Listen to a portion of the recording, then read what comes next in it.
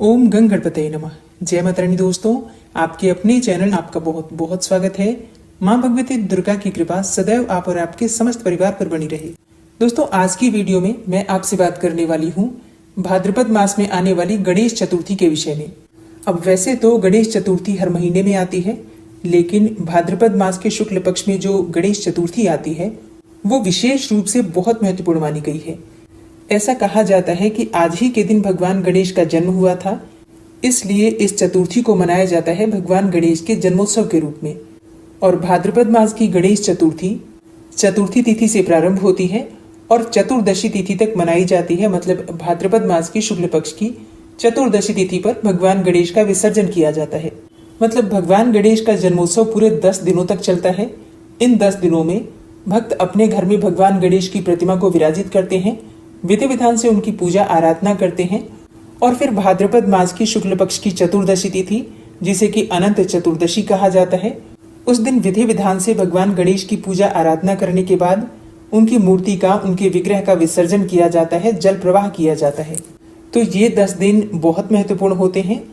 और आज की वीडियो में आप जानेंगे कि गणेश चतुर्थी का पावन पर्व कब है, चतुर्थी की तिथि कब प्रारंभ हो रही है, कब समाप्त हो रही है, और जो भक्त चतुर्थी तिथि का व्रत धारण करते हैं उन्हें व्रत कब धारण करना है। चतुर्थी तिथि पर भगवान गणपति की स्थापना अपने घर में की जाती है, तो गणपति स्थापना का शुभ मुहूर्त क्या होगा और भगवान गणपति की स्थापना करने की विधि क्या है, पूजा की विधि क्या है, इसके साथ ही अनंत चतुर्दशी कब है, किस दिन भगवान गणपति का विसर्जन करेंगे। मतलब भगवान गणपति का जन्मोत्सव जो कि पूरे 10 दिनों तक चलता है, कब से प्रारंभ होकर और कब समाप्त हो रहा है, ये संपूर्ण जानकारी आपको आज की वीडियो में मिलने वाली है। इसलिए वीडियो को अंत तक जरूर देखिए और अगर आपको वीडियो पसंद आए तो इसे लाइक भी जरूर कीजिए, क्योंकि आपके लाइक्स, आपके कमेंट्स मेरे लिए बहुत महत्वपूर्ण होते हैं। यही एकमात्र जरिया है जिनसे मुझे पता चलता है कि आपको ये वीडियो अच्छी लगती है और आपके लिए ये वीडियो उपयोगी है। तो अगर वीडियो अच्छी लगे तो लाइक तो जरूर ही किया कीजिए। तो सबसे पहले जानते हैं कि चतुर्थी तिथि कब प्रारंभ हो रही है, कब समाप्त हो रही है, और अगर आप चतुर्थी का व्रत धारण करते हैं तो आपको व्रत कब धारण करना है।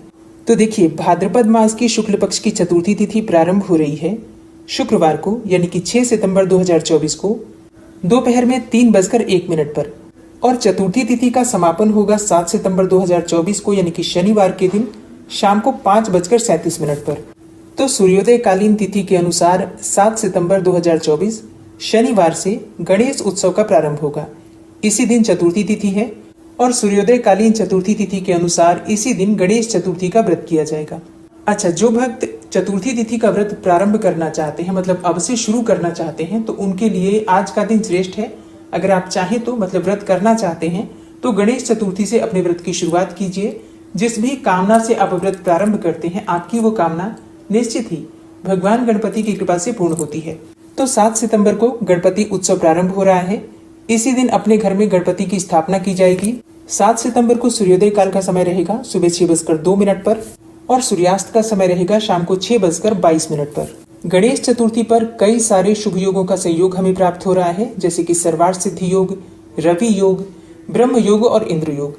सर्वार्थ सिद्धि योग रहेगा 7 सितंबर को दोपहर में 12:34 से प्रारंभ होकर और अगले दिन यानी कि 8 सितंबर को सुबह 6:03 तक। इतने समय तक आपको जो सर्वार्थ सिद्धि योग का संयोग प्राप्त हो रहा है, इस समय में अगर आप भगवान गणपति की स्थापना, पूजा, आराधना करते हैं तो भगवान गणपति की विशेष कृपा आपको प्राप्त होती है। अगला योग है रवि योग, जो कि गणेश चतुर्थी के दिन सुबह 6:02 से दोपहर 12:34 तक रहेगा। तीसरा शुभ योग आपको प्राप्त हो रहा है ब्रह्म योग का, जो कि चतुर्थी के अवसर पर सूर्योदय के साथ ही प्रारंभ हो जाएगा। सुबह 6:02 से रात्रि 11:17 तक ब्रह्म योग रहेगा। और चौथा शुभ योग है इंद्र योग, जो कि गणेश चतुर्थी की रात्रि में 11:17 से प्रारंभ होकर और अगले दिन तक रहेगा। ठीक है, तो ये 4 जो शुभ योग हमें प्राप्त हो रहे हैं, ये अत्यंत ही श्रेष्ठ है। और अब जानते हैं कि गणपति की स्थापना करने का शुभ मुहूर्त क्या होगा।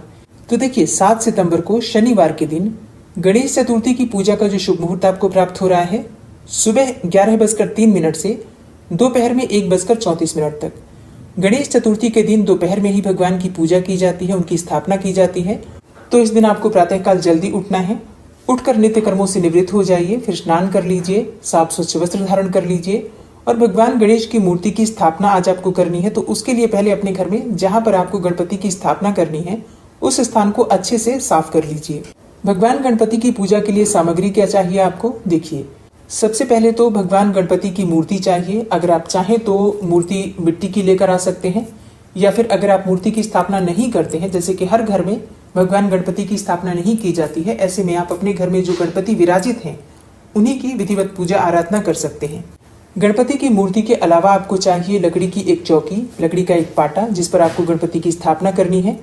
केले के पौधे चाहिए होते हैं मंडप बनाने के लिए, और लाल या फिर पीले रंग के कपड़े चाहिए आपको जो कि आप चौकी पर बिछाएंगे। नए वस्त्र होने चाहिए। जनेऊ चाहिए आपको, भगवान गणपति को अर्पित करने के लिए पीला जनेऊ चाहिए होता है। और ध्वजा चाहिए, ध्वजा मतलब पताका, झंडा, जो कि भगवान को आप अर्पित करेंगे और उसके बाद अपने घर के ऊपर छत के ऊपर लगाएंगे।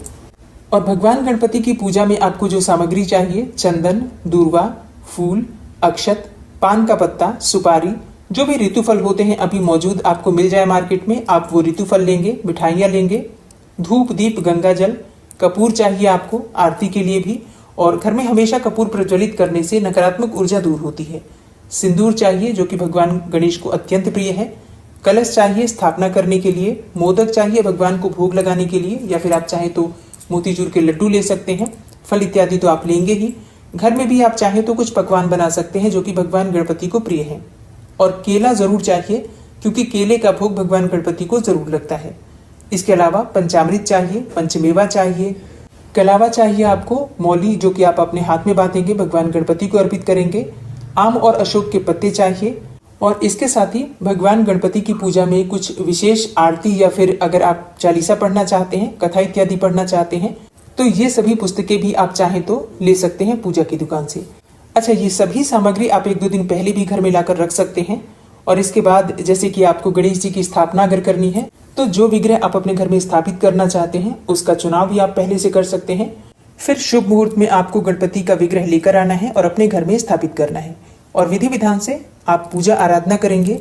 विग्रह की स्थापना बहुत से भक्त हैं जो कि 1 दिन के लिए करते हैं, कई भक्त हैं जो कि 5 दिन के लिए करते हैं, 7 दिन के लिए कर सकते हैं, या फिर आप गणेश चतुर्थी से प्रारंभ करके और चतुर्दशी तिथि तक भी रख सकते हैं। ठीक है, तो भक्तों के अपने समय पर निर्भर करता है। जिस भी प्रकार से हमारे पास समय होता है उसी के अनुसार हम भगवान गणपति की स्थापना अपने घर में करते हैं। और अब जानते हैं कि गणेश जी की स्थापना करने की सही विधि क्या है। देखिए, घर की उत्तर दिशा या उत्तर पूर्व दिशा जो कि ईशान कोण कहा जाता है, वहां पर आप विग्रह की स्थापना कर सकते हैं, भगवान गणपति की स्थापना कर सकते हैं। गणेश जी की मिट्टी की मूर्ति स्थापित करते वक्त शुभ मुहूर्त का विशेष रूप से ध्यान रखा जाता है, तो इसका आप ध्यान जरूर रखिएगा। अच्छा, जो विग्रह आप लेकर आते हैं उसमें आपको ध्यान रखना है कि भगवान गणेश की जो सूंड है वो दाहिनी तरफ होनी चाहिए। और अगर आप अपने घर में स्थापना कर रहे हैं विग्रह का, भगवान गणपति की स्थापना अगर आप अपने घर में करते हैं तो बैठे हुए गणपति होने चाहिए। और अगर आप दुकान में स्थापित करते हैं गणपति तो वहां पर खड़ी अवस्था में भी गणपति की स्थापना की जा सकती है, कोई समस्या नहीं है। लेकिन घर में जो हम मूर्ति की स्थापना करते हैं वो बैठे हुए गणपति, शांत चित्त से मुस्कुराते हुए बैठे हुए गणपति की स्थापना की जाती है। गणेश जी के विग्रह में जो ध्यान रखने वाली बात होती है, जब आप लेते हैं तो आपको ध्यान रखना है कि उनके हाथ में जनेऊ होना चाहिए और साथ में चूहा भी अवश्य होना चाहिए। जहां पर आपको स्थापित करना है भगवान गणपति को, वहां की सफाई आप पहले से कर लीजिए। और भगवान गणपति की स्थापना करते समय आपको इस बात का भी ध्यान रखना है कि उनका मुख पश्चिम की तरफ होना चाहिए, ताकि जब आप पूजा करें तो आपका मुख पूर्व दिशा की तरफ हो। ठीक है, इस बात का आपको ध्यान रखना है। और हाँ, जितने दिन के लिए भी गणपति आपके घर में विराजित होंगे उतने दिन तक एक ही स्थान पर रहेंगे। उनके विग्रह को बिल्कुल भी हटाना नहीं है। एक ही स्थान पर उनकी स्थापना करके विधिवत उतने दिन तक हम पूजा आराधना करते हैं। फिर जब हमें विसर्जन करना होता है उसी दिन विधिवत पूजा आराधना करके विसर्जित की जाती है, मूर्ति हटाई जाती है।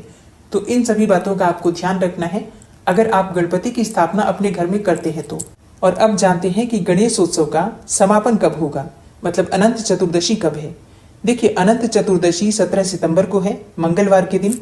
तो 7 सितंबर 2024 शनिवार से गणेश उत्सव का प्रारंभ होगा और मंगलवार को 17 सितंबर 2024 को अनंत चतुर्दशी पर इसका समापन होगा। तो आप सभी को गणेश उत्सव की बहुत बहुत शुभकामनाएं। भगवान गणपति की कृपा सदैव हम सभी पर बनी रहे।